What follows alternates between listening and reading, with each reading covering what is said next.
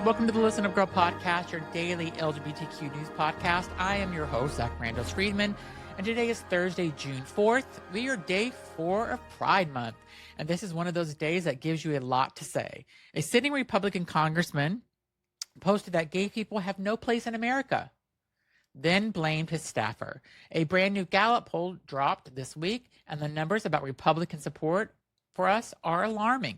Trans people in federal prison just won a major court victory, and George Santos, yes, that George Santos, clapped back. And in the middle of all this, a small town in Minnesota just made history. So let's get into it. Representative Andy Ogles, homosexuality has no place in America. On Tuesday, the official Congressional X account of Representative Andy, a Republican from Tennessee, posted this: homosexuality has no place in America. Happy Nuclear Family Month. Read that again. A sitting member of Congress, using the official government account, posted that gay and lesbian Americans have no place in this country during Pride Month on purpose. By Wednesday, the post was deleted, and Representative Andy did what cowards do. He blamed a staffer. He called it stupid and hurtful and said the employee was reprimanded. But here's the thing. A congressional office doesn't accidentally post something that's specific. That post was written, reviewed, and sent with intention. A nameless staffer didn't just freestyle a declaration that gay people don't belong here. And let's be clear about something. Representative Andy is not a fringe figure. He's a member of the United States of Representatives. He has a vote, he helps shape policy, and this isn't his first rodeo. Early this year, he posted that Muslims don't belong in American society, which also drew bipartisan condemnation. This is what normalized bigotry looks like. It hides behind a staffer, it deletes the tweet, and it moves on to the next vote. We don't forget, and we don't move on. So, Andy, maybe this is what we'll say to you. We don't need bigoted, homophobic, Muslim-phobic people in our House of Representatives. So get the fuck out. Hopefully you'll be voted out soon.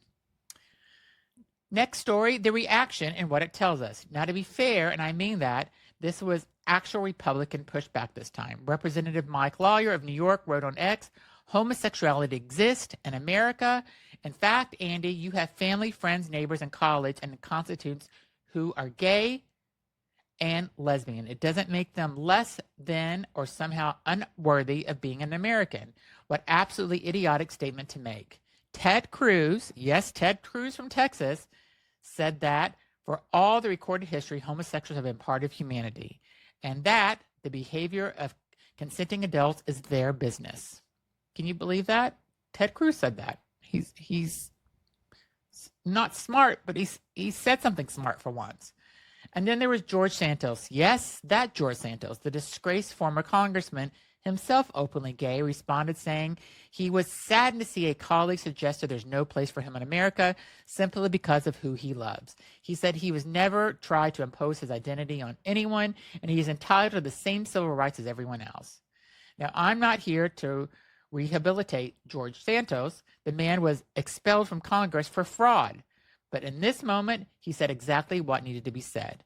And for what it's worth, nothing that looked like a twice expelled former congressman had to say what most of the current Republican caucus was afraid to put in writing.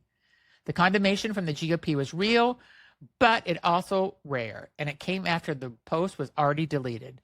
That's the pattern. Say the quiet part loud, delete it, and let a few colleagues clean it up and never actually change anything.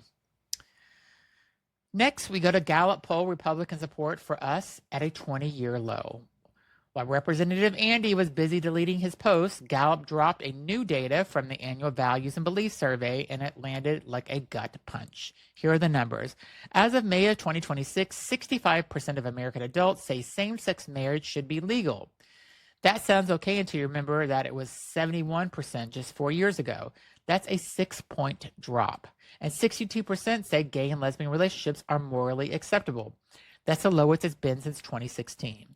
But the real story is inside the Republican Party. In 2021 and 2022, 55% of Republicans said they supported same-sex marriage. Today, the number is only 37%.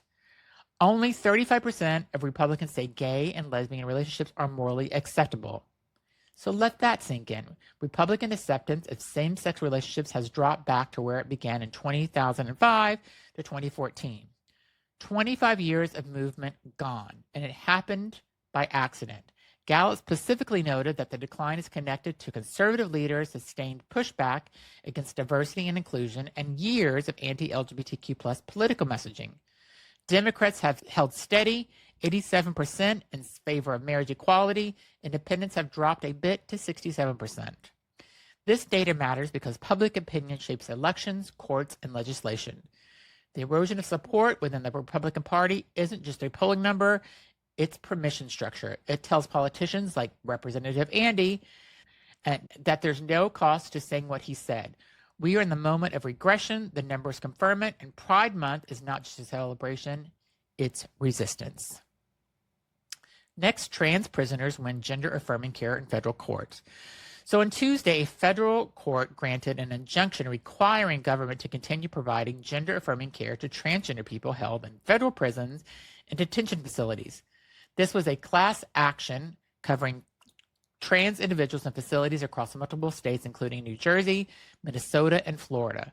The ruling came after the Orange Convicted Felons Administration moved to strip gender-affirming care from incarcerated trans people as a part of a broader anti-trans executive order agenda.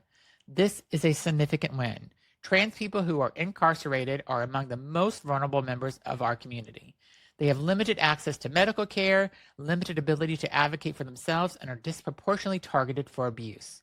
A court ordering continuation of their care is not just a legal victory, it's a statement that even behind bars, their humanity counts. The case is still ongoing. The injunction keeps care in place while the litigation continues, but for now, the court said the government doesn't get to deny medically necessary care simply because someone is incarcerated. Finally, a win, or kind of a win. We're getting there. Next, Minnesota makes history, first LGBTQ landmark in the state. So not everything today is a fight. Sometimes history happens quietly in a small town and deserves its moment. Pine City, Minnesota, population just under 3,500, has just become the home of the first LGBTQ plus historical landmark in the entire state of Minnesota. Pine City, not Minneapolis, not St. Paul, Pine City.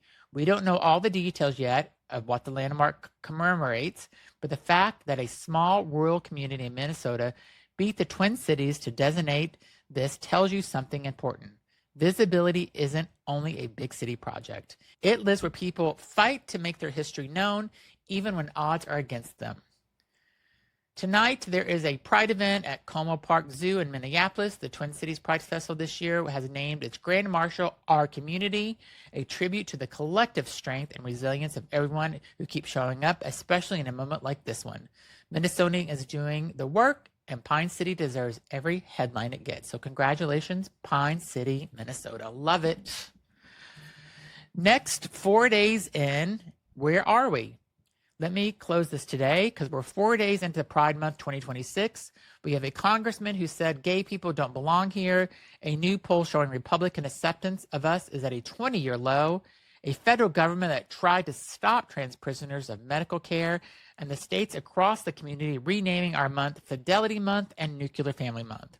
And we also have a federal court that said no. A small town in Minnesota that said yes, and Republicans, a few of them, who said that was idiotic and wrong. A community that keeps showing up. Pride is not just a party. It never was. It's a reminder we are here, and we always have been here, and we're not going anywhere. I'm Zach Randles-Friedman. I am the host of this podcast, Listen Up Girl. If this episode resonated with you, share it with a friend. Leave a comment or a rating on Apple or on Spotify or Amazon Music or however you listen to this, because the more ratings you give, the more people that can hear this news, because we all need to stay informed. I'll be back tomorrow with more news. Happy Pride.